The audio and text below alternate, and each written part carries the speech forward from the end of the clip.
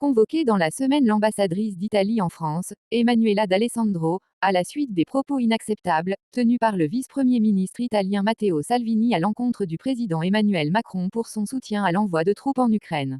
Il a été rappelé à l'ambassadrice convoquée jeudi, NDLR, que ces propos allaient à l'encontre du climat de confiance et de la relation historique entre nos deux pays, mais aussi des récents développements bilatéraux, qui ont mis en évidence des convergences fortes entre les deux pays, notamment s'agissant du soutien sans faille à l'Ukraine, a précisé vendredi 22 août une source diplomatique, confirmant une information de la radio France Inter.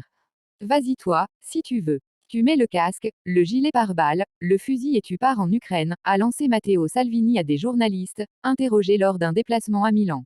Le vice-premier ministre visait Emmanuel Macron et faisait allusion à l'envoi possible de troupes européennes en appui de Kiev dans la guerre avec la Russie, comme le plaide la France. Paris et Londres, qui ont pris la tête d'une coalition des volontaires, envisagent de déployer des contingents en Ukraine comme garantie de sécurité pour prévenir une reprise des hostilités, une fois qu'un cessez-le-feu ou qu'un accord de paix aura été conclu entre Kiev et Moscou. La position claire de Rome.